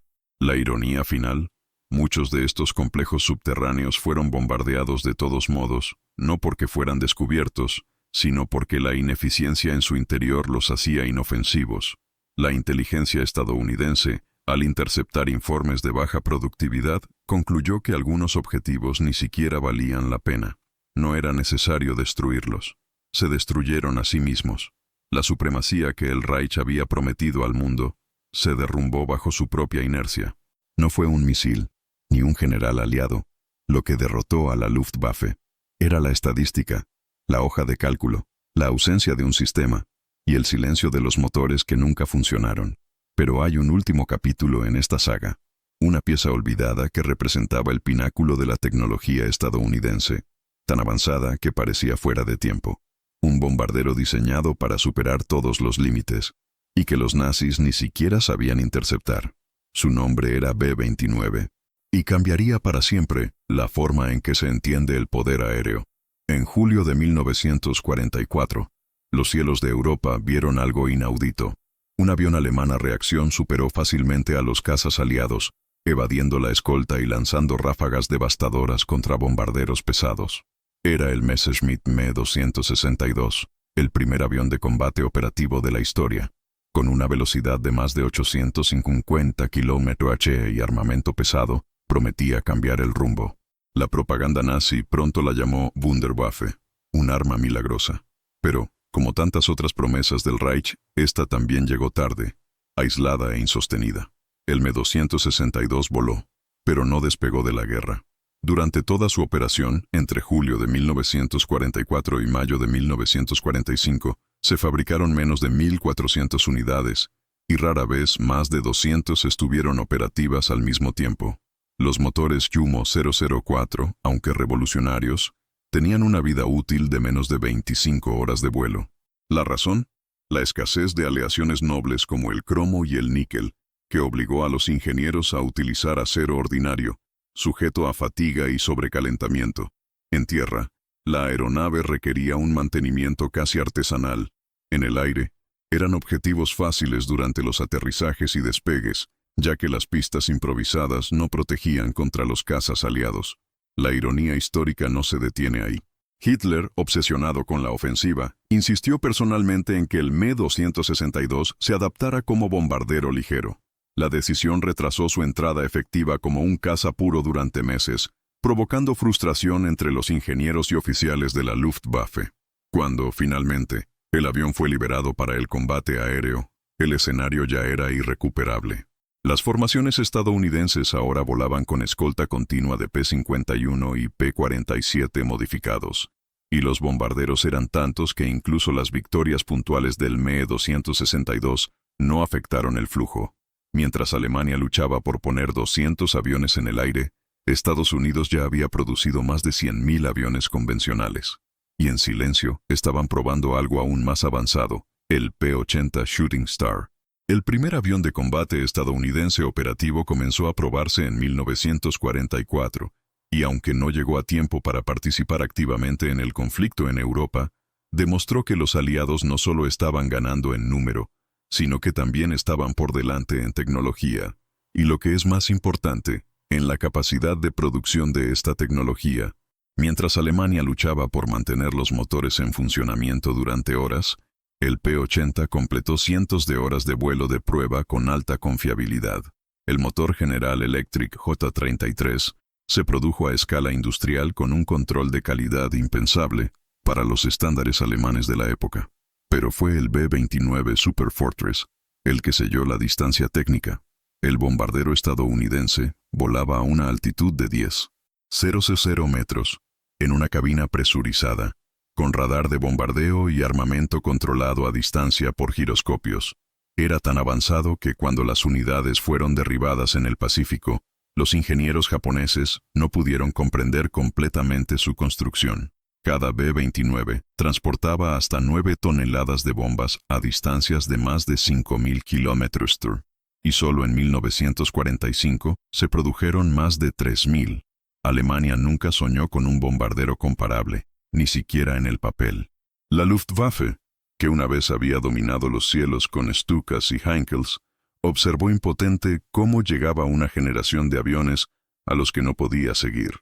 Reich apostó por los prototipos. Los aliados apuestan por los sistemas. Alemania, aislada, soñaba con armas revolucionarias. Estados Unidos, conectado, construyó el futuro en serie. Y esta diferencia se volvió brutal cuando miramos los datos. Por cada Me-262 que voló, Estados Unidos produjo 300 cazas convencionales, 30 bombarderos pesados y 5 aviones de reconocimiento. El Reich creó excepciones. Estados Unidos creó repeticiones. Si esta disparidad técnica y logística sigue siendo impresionante, comenta a continuación, increíble, porque es en este contraste donde radica la verdadera lección de la Segunda Guerra Mundial. La innovación sin escala es vanidad. Y Alemania, con todos sus brillantes ingenieros, sucumbió porque no supo multiplicarse. Un sistema que censura la crítica, centraliza las decisiones y reprime las adaptaciones no puede producir continuidad. El Me-262 no fue derrotado por un avión. Fue derrotado por los relés industriales, la logística eficiente y una doctrina basada en el aprendizaje. La guerra no se gana con prototipos, ganas con un patrón. Pero había otra ironía en camino. Un proyecto americano que lo uniera todo: potencia, autonomía, tecnología y destrucción total. Un avión que los alemanes nunca lograron interceptar, y eso cambiaría no solo el curso de la guerra, sino la noción misma de poder aéreo. Te llamas B-29, y su misión, hasta el día de hoy, persigue la historia. Al amanecer del 6 de junio de 1944, el cielo de Normandía se convirtió en un organismo vivo, pulsando con motores radiales, rotaciones cronometradas y voces superpuestas en frecuencias de radio. Comenzó la operación aire-tierra más grande de la historia, y quizás el día más humillante de la Luftwaffe. Mientras las fuerzas terrestres se preparaban para aterrizar en playas codificadas como Omaha, Utah, Gold, Juno y Sword, el verdadero dominio ya se había definido horas antes, a 2,000 metros de altitud. Ese día, los aliados lanzaron 11.590 aviones al cielo en acciones coordinadas. Entre bombarderos, cazas, planeadores y aviones de transporte, el espacio aéreo del norte de Francia fue tomado con precisión industrial. En el lado alemán, la Luftwaffe logró movilizar solo 319 salidas, menos del 3% de la fuerza opuesta. La razón fue brutal, una superioridad de 36-1. No hubo combate, había estadísticas, y voló con una estrella blanca en sus alas. 3 divisiones aerotransportadas estadounidenses, la 85A, la 101A y la 6ª británicas, fueron lanzadas detrás de las líneas enemigas en una sola noche. Una hazaña logística nunca repetida. Cada soldado paracaidista fue precedido por un reconocimiento aéreo, seguido de bombardeos tácticos, escoltados por cazas P-47, P-51 y Mosquito, y sostenidos por rutas aéreas planificadas hasta el último litro de combustible. Por cada avión de transporte alemán disponible en ese momento, los aliados operaban 20 C-47 en acción continua. La Luftwaffe, una vez un símbolo de supremacía, ahora era una ausencia. Los informes de la Wehrmacht esa mañana describen un silencio absoluto en las propias comunicaciones aéreas. Muchos soldados alemanes creyeron, en las primeras horas, que se trataba de un ejercicio aliado. No hubo resistencia en el cielo, solo bombarderos que iban y venían, incansables, intactos. Cada ataque fue precedido por formaciones de escolta de más de 200 combatientes. El trabajo ya no era proteger, era asegurarse de que nada subiera. De Calais a Caen, ni un solo caza alemán despegó sin ser detectado, perseguido y derribado. La Luftwaffe estaba viva solo en los mapas. Lo más impresionante, sin embargo, no fue la cantidad de aviones, sino el sistema que lo permitió. Cada misión estadounidense requirió horas de planificación logística, reabastecimiento sincronizado, repuestos predistribuidos, órdenes de misión descentralizadas y comunicación en tiempo real entre pilotos, cuarteles y unidades de inteligencia. Fue una operación diseñada como una red, no como una pirámide. El error fue absorbido. El defecto, corregido en el siguiente vuelo. Mientras tanto, los puestos alemanes esperaban órdenes del Comando Central, lidiando con la escasez de combustible, las piezas no entregadas y los pilotos sin suficientes horas de vuelo. El resultado fue más que una derrota. Fue una aniquilación. Al final del día 6 de junio, se habían completado más de 10.000 salidas aliadas. La Luftwaffe, en comparación, apenas había despegado. El general Hans Speidel, oficial del alto mando alemán en el sector occidental, escribiría años después: no fue un ataque, fue una estadística conmovedora. No nos vencieron con coraje, nos vencieron con escala. Una frase que resume la esencia del día D, el momento en que el cielo dejó de ser territorio y se convirtió en una mesa. La superioridad aérea ha dejado de ser una ventaja y se ha convertido en una herramienta de aniquilación metódica. Un cielo con una bandera. Y esa bandera no era la esvástica. Era el azul, el blanco y el rojo de la industria estadounidense. Pero todavía quedaba una última carta en el arsenal de Estados Unidos. Un proyecto tan avanzado, tan costoso y tan secreto, que incluso muchos generales desconocían sus detalles. Un avión capaz de volar por encima de las nubes, fuera del alcance de cualquier artillería, y que ya no necesitaba números. Uno era suficiente, un arma hecha para acabar con las guerras. El nombre: Enola Gay. La siguiente parte revelará el impacto definitivo del B-29 y el fin de la ilusión de invencibilidad. En mayo de 1945, pocos días después de la rendición de Alemania, Hermann Göring fue capturado por tropas estadounidenses en Baviera. Llevado al centro secreto de interrogatorios conocido como Camp Ashcan, instalado en las ruinas de un antiguo hotel en Luxemburgo, no encontró una sala de audiencias, encontró hojas de cálculo. Los oficiales aliados responsables del interrogatorio no presentaron armas ni cargos inmediatos. Ponen números frente a ellos. Grafismo, fotografías de fábricas, informes de producción, un dossier de 143 páginas que detalla, mes a mes, la curva ascendente de la industria bélica estadounidense. Göring hojeó los documentos en silencio.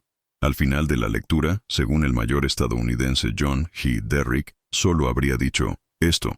Eso es lo que nos aplastó. Durante los días siguientes, durante los interrogatorios formales, Göring comenzó a hablar, y por primera vez, no habló como heredero de Hitler, ni como arquitecto de la Luftwaffe. Hablaba como un hombre vencido por una idea que no entendía. En los registros oficiales, ahora disponibles en los archivos nacionales de Estados Unidos, Göring reconoce que el error no fue táctico, sino conceptual. Subestimamos a los estadounidenses porque los veíamos como individualistas desorganizados. Lo que no vimos fue su capacidad para convertir la libertad en un sistema. En otro extracto señala: Willow Run fue la fábrica que nos rompió la espalda. No por los aviones en sí, sino por la lógica de que cualquiera podría operarlo.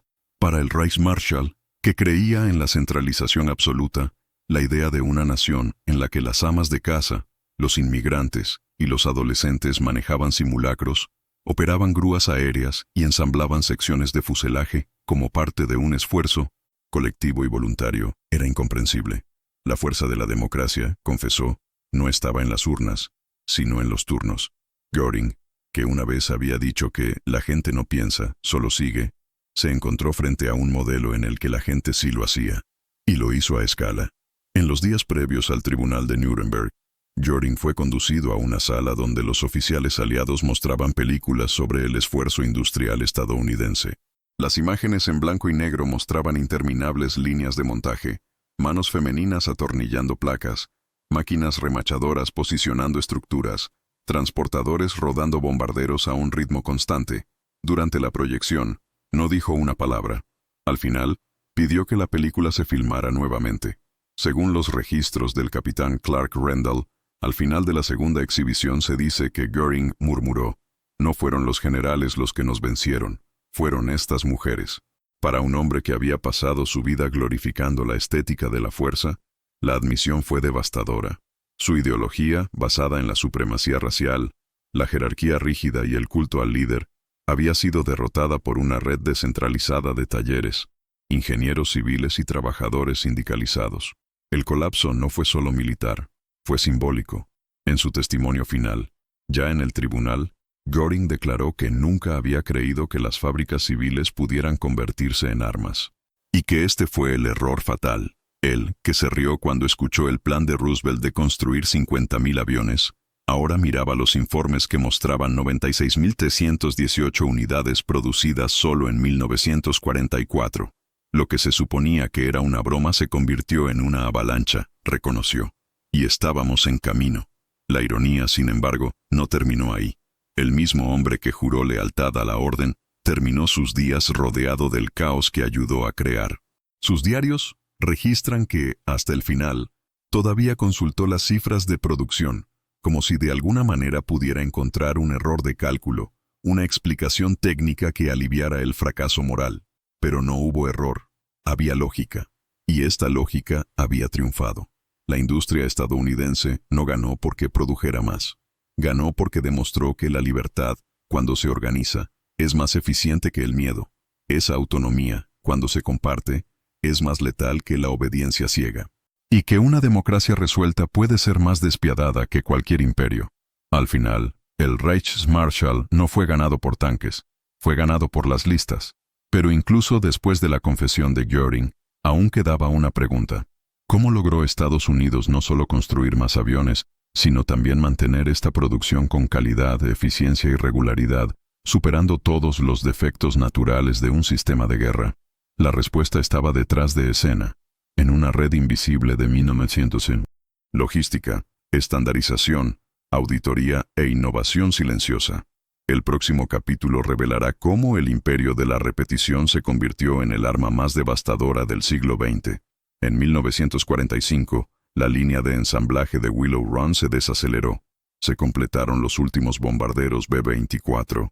Las sirenas de las fábricas se silenciaron y miles de trabajadores regresaron a casa con las manos marcadas por el petróleo y la historia. Pero lo que parecía el final de una era en realidad el comienzo de otra. El esfuerzo industrial que produjo 100.000 aviones, millones de motores, miles de millones de remaches, no ha desaparecido. Se transformó. Las técnicas de producción en masa desarrolladas por William Knudsen, Charles Sorensen y sus ingenieros no fueron abandonadas con la victoria. Se han adaptado, refinado y aplicado a nuevos desafíos. El método de estandarización por subconjuntos utilizado en los B-24 serviría, 2 décadas después, como base para la ingeniería modular de los cohetes Saturno V. La cultura de auditoría técnica, implementada para garantizar la calidad de los cazas y bombarderos, se convertiría, en la década de 1960, en el protocolo de seguridad para misiones tripuladas en el espacio. Es más, las mujeres que remacharon los fuselajes en la década de 1940, muchas con niños pequeños en casa, crearían la generación de científicos, matemáticos y programadores que llevarían al hombre a la luna. Desde Rosie the Riveter hasta Katherine Johnson, la matemática de la NASA, hubo una línea directa, hecha de coraje, técnica e inclusión forzada por la guerra. El conflicto que destruyó imperios sentó las bases del siglo siguiente. La ironía de esta historia es que la solución estaba frente a ellos. Alemania construyó hermosos tanques, aviones atrevidos y cohetes visionarios. Pero lo que les faltaba a los estadounidenses en exceso: fábrica, simplicidad y sistematización. Mientras que los ingenieros del Reich escribían fórmulas para el mañana, los ingenieros estadounidenses producían el mañana todos los días, por turnos. Es en este detalle donde radica la verdadera diferencia. Para Estados Unidos, lo imposible era una cuestión de escala. Para el Reich era una cuestión de genio. Y el genio, solo, no gana maratones. Si te gusta desentrañar estos hechos, muestra tu apoyo. Dale me gusta y suscríbete para que podamos seguir ofreciéndote contenido técnico y detallado. sobre cómo la ingeniería y la logística han dado forma al destino del mundo. Porque la victoria estadounidense no fue solo militar, fue estructural. La infraestructura creada entre 1940 y 1945 financiaría las décadas siguientes. La construcción de carreteras, la explosión universitaria, el auge tecnológico e incluso el consumo interno de los años 50 nacieron de la misma lógica. La eficiencia bélica transformada en paz productiva. Willow Run se convertiría en un aeropuerto. Las fábricas de Boeing se convertirían en centros de innovación aeroespacial. Y General Motors, que alguna vez fabricó tanques, vendería autos a los veteranos que regresaran con ganas de dirección y estabilidad. Ninguna de estas transiciones fue accidental. Los conocimientos técnicos acumulados durante el conflicto se han convertido en patrimonio nacional. Los ingenieros fueron reubicados.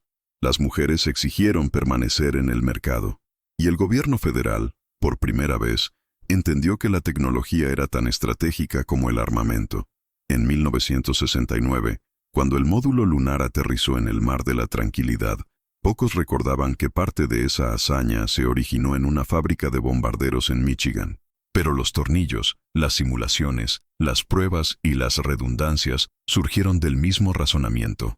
Hacer que lo imposible funcione, con margen. Estados Unidos no solo ganó la guerra, sino que construyó un modelo de nación que unió la libertad y la repetición. Una combinación poco probable, y un ganador. Pero incluso con todos estos logros, todavía quedaba una pieza de este rompecabezas histórico. El momento final, cuando los números ya no son solo comparaciones, sino consecuencias reales. El momento en que la supremacía aérea estadounidense no solo sofoca a Alemania, sino que define, en dos explosiones, el nuevo mundo. La siguiente parte revelará cómo el B-29, silencioso e implacable, llevó al punto final la ecuación que comenzó con la risa de Göring. Entre 1940 y 1945, mientras Europa se hundía en los escombros y el miedo, más de 2 millones de civiles estadounidenses acudían en masa todos los días a las fábricas dispersas desde Long Beach hasta Buffalo. No llevaban rifles, no marchaban en formación, no respondían a las órdenes de los generales. Ellos produjeron, hombres y mujeres que, hasta hace poco, construían refrigeradores, tractores, bicicletas y radios, ahora se convirtieron en la columna vertebral de una fuerza aérea que no existía y que, en 4 años, se convertiría en la más grande de la historia de la humanidad. Ninguno de ellos fue obligado, ninguno fue azotado, ninguno tenía a sus hijos utilizados como moneda. Era la fuerza voluntaria de una democracia convertida en fábrica. Y eso, más que cualquier tecnología, fue el verdadero milagro estadounidense. Mientras Alemania dependía cada vez más de la mano de obra esclava, soviéticos, judíos, polacos, franceses, y enfrentaba constantes sabotajes en sus líneas de ensamblaje subterráneas, Estados Unidos vio crecer la productividad por trabajador en un 300% durante el conflicto. Era la lógica inversa de la opresión. Cuanto más libre sea el ciudadano, más eficiente será la producción. La doctrina del látigo fue superada por la doctrina del propósito.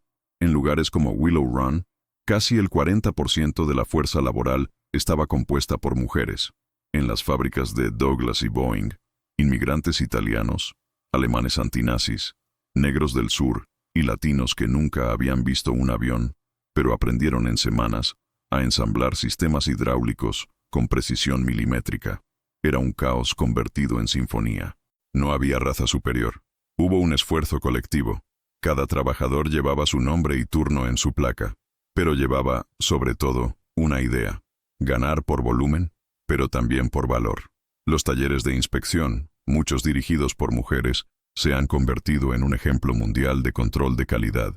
Cada pieza, antes de ser instalada, fue probada, pesada, medida, y cada error se registró para mejorar el siguiente lote. Era un sistema en movimiento, no por imposición, pero por orgullo. Comparada con la rigidez germánica, esta lógica parecía desorganizada, pero el resultado fue diferente. Alemania, incluso con científicos brillantes y tradición mecánica, vio caer su producción mes tras mes. En 1944, su productividad por trabajador era menor que en 1939. ¿La razón? Miedo, cansancio, Desesperación. El Reich había apostado a que el terror era más efectivo que el idealismo. Apostó mal, y no vio que estaba siendo superado no solo por números, sino por un principio. Por primera vez en la historia moderna, una democracia industrializada demostró que no solo podía movilizar, sino superar una dictadura totalitaria en todos los aspectos. Planificación, ejecución, escala y moral. Era más que aviones. Fue el triunfo de un modelo. Un trabajador de General Motors, cuando fue entrevistado en 1945, lo resumió sin saberlo. Saludaron, registramos. Y eso marcó la diferencia. Porque mientras los oficiales de la Luftwaffe exigían sacrificios ciegos, los supervisores estadounidenses entregaban bonificaciones por desempeño. Mientras Hitler gritaba sobre la pureza y la disciplina, Roosevelt hablaba sobre la libertad, el sacrificio voluntario y la fe en el trabajo. La guerra, al final, se convirtió en un espejo moral. Y lo que reflexionó fue brutal. Un sistema basado en el odio y el miedo se desintegra frente a uno basado en la participación y la justicia relativa. La fábrica democrática no era perfecta, pero fue resistente.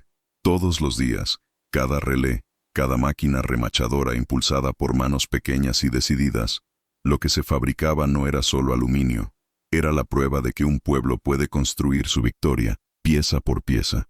Cuando terminó la guerra, los aliados habían producido más de 300.000 aviones. De estos, 294.000 fueron fabricados por Estados Unidos. Göring no se había reído de una idea, se había reído de un pueblo. Y estas personas respondieron no con venganza, sino con productividad. Ahora, solo faltaba un cuadro final, las matemáticas completas. La línea que conecta la risa de un alguacil con la sombra de un bombardero. La siguiente parte revelará la tabla que selló el destino del Tercer Reich, y por qué, entre las estadísticas y la arrogancia, fueron las estadísticas las que ganaron. A mediados de 1941, un hombre estaba escribiendo informes urgentes desde el interior de la embajada alemana en Washington. Su nombre era Friedrich von Boeticher, un general de infantería, un diplomático militar y un observador agudo. No habló de tácticas ni de mapas. Sus documentos describían algo más silencioso y siniestro: el despertar industrial de Estados Unidos. Von Boeticher alertó sobre el ritmo creciente de producción, la movilización de recursos civiles, la entrada masiva de mujeres en las fábricas y la estandarización de los procesos. Sus informes predijeron, con una precisión aterradora, que Estados Unidos podría superar la capacidad productiva del Reich en cuestión de 2 años. El general no usó metáforas. Escribió: la fábrica estadounidense es el nuevo campo de batalla, y en él no tenemos infantería. Los documentos llegaron a Berlín. Fueron leídos, analizados, archivados, pero no se les tomó en serio. Göring los llamó alarmismo diplomático. Hitler, según testigos de la Cancillería, se rió y dijo: estos estadounidenses son excelentes para hacer películas y hamburguesas, no en hacer la guerra. La máquina nazi no tuvo tiempo de escuchar. Tenía prisa por ganar. Mientras von Boeticher escribía sobre los turnos ininterrumpidos en Detroit, el alto mando celebraba la toma de Kiev. Mientras Estados Unidos duplicaba su producción mensual de aviones, la propaganda alemana invertía en discursos de pureza racial. Y cuando el general advirtió que la entrada de sindicatos y universidades en el esfuerzo bélico creaba un ecosistema productivo sin parangón en el mundo, Göring habría respondido con sarcasmo: vamos a vencerlos antes de que los profesores puedan construir un motor. Esta frase, simbólica y real, revela el colapso estratégico del Tercer Reich. Alemania, que venció por la velocidad, se negó a comprender lo que realmente la amenazaba. No era el soldado estadounidense, era el ingeniero, el operador del torno, el contador que calculaba las piezas por minuto, el secretario escribiendo manuales de producción para fábricas recién inauguradas en Kansas. La arrogancia de Berlín no solo ignoró a un enemigo, ignoró un modelo de adaptación, descentralización y escucha. Estados Unidos no tenía un plan quinquenal, tenía una cultura de mejora continua. En cada fábrica, los ingenieros civiles visitaron el frente para recopilar comentarios de los pilotos. Las piezas nuevas se probaron mientras las viejas aún estaban en uso. Los cazas recibieron actualizaciones a tiempo entre misiones. Fue una guerra sin orgullo, pero con resultados. El Reich, por otro lado, atrincherado en su lógica de perfección, Vio cada sugerencia como una afrenta a la jerarquía. La innovación alemana fue hecha por genios aislados. El estadounidense por comités de taller. Y fue entonces cuando se decidió la guerra. No en Stalingrado, no en Normandía, pero en los informes ignorados, en las críticas amortiguadas, en las advertencias clasificadas como debilidad. Alemania, que se creía superior, se volvió sorda, y fue derrotado por una nación que, en lugar de reír, escuchó. Porque escuchar al oponente es una forma de respetarlo, y los que respetan se adaptan. Aquellos que se adaptan sobreviven. El último informe de von Boeticher nunca fue respondido. En él, el general escribió: «Estamos frente a una fuerza silenciosa pero irreversible. Una civilización que entendió que la guerra se gana con cálculo, no con creencia». Esta frase nunca llegó al frente, pero ha llegado el momento. Porque el Reich eligió la mitología, y Estados Unidos eligió las estadísticas. Ahora, el video se dirige hacia su recta final. La siguiente parte revelará, en números absolutos, la comparación definitiva entre lo prometido y lo que se entregó, entre las risas de Göring y los 100.000 aviones que volaron. Al final, la guerra entre Estados Unidos y el Tercer Reich no se limitó a batallas en los cielos, ni a duelos entre cazas y bombarderos. Fue, sobre todo, un debate entre dos sistemas. Uno, construido sobre la obediencia ciega, la doctrina rígida y el control totalitario. El otro, moldeado por el desacuerdo, la libertad y la diversidad imperfecta. Y mientras uno se burlaba del desorden democrático, el otro transformaba este supuesto desorden en fuerza. La respuesta estadounidense no llegó en discursos ardientes, ni en desfiles militares, sino en entregas. Cada avión que salía de una línea de ensamblaje en Willow Run, Long Beach o Fort Worth era más que una pieza de guerra. Era una discusión, un argumento forjado en aluminio, sí, pero también en la fe. Fe en la capacidad de una sociedad plural para organizarse, aprender, producir, no por coerción, sino por convicción. Göring nunca entendió esto. Para él, los aviones estadounidenses eran el resultado de la casualidad, pero los datos cuentan otra historia. Entre 1940 y 1945, Estados Unidos produjo 300.317 aviones militares. En ese mismo periodo, la Alemania nazi no llegó ni a la mitad. Y más que eso, mientras Estados Unidos entregaba aviones con tecnología cada vez mayor, armados, probados y con logística de mantenimiento garantizada, la Luftwaffe perdía pilotos experimentados que nunca serían reemplazados. No por falta de coraje, sino por falta de sistema. A partir de 1943, los cazas alemanes lucharon contra una avalancha de acero y organización que nunca habían anticipado. En 1944, por cada avión perdido por los EUU, aparecieron dos. En Alemania, por cada 1.000 perdidos, 1.000 razones para desesperarse. Y en el fondo, la lección era clara. Una democracia, por caótica que parezca, es capaz de responder con grandeza ante el desprecio. Capaz de transformar a los trabajadores en una fuerza estratégica, convertir a las madres, inmigrantes y jóvenes en artífices de un milagro. El bombardero que sobrevoló Berlín no fue solo un producto de la industria, fue un símbolo, un recordatorio de que la libertad no solo existe, funciona. Y cuando funciona, no hay imperio que pueda sostenerlo. La siguiente parte traerá la conclusión de este viaje, con los números finales, la confesión silenciosa de un imperio derrotado y la moral que quedó como legado durante el siglo. Porque al final, esta historia no se trata de aviones. Se trata de la fuerza que nace cuando un pueblo libre decide que construirá lo imposible. Hermann Göring se rió. En 1940, mientras sostenía el informe estadounidense que prometía 50.000 aviones, se rió a carcajadas, seguro de que este objetivo era un delirio industrial. Pero lo que comenzó como una broma se convirtió en una oración. En 1944, Estados Unidos entregaba casi 100.000 aviones al año. Y cuando el polvo se asentó, no hubo duda. La guerra que el Reich creía que ganaría con la guerra relámpago y la superioridad racial se perdió en máquinas remachadoras, cartas y turnos nocturnos. El colapso alemán no fue solo militar, fue ideológico. La creencia de que una democracia desorganizada nunca competiría con la máquina totalitaria se derrumbó bajo toneladas de aluminio y producción estandarizada. La tesis fue probada, no una, sino 100.000 veces. La mayor fuerza de combate jamás vista en los cielos no nació de la obediencia, sino de la capacidad de adaptarse, de escuchar, a la ciencia aplicada a la fábrica. Y esta es la gran lección. Las guerras no se ganan solo en el campo de batalla. Se deciden mucho antes, en los cobertizos, en los tableros de dibujo, en los largos silencios de los que calculan. Al final, no importa el número de generales, sino el número de piezas por hora. La logística determina la estrategia. El volumen triunfa sobre las tácticas. La libertad, cuando está organizada, es la más letal de las armas.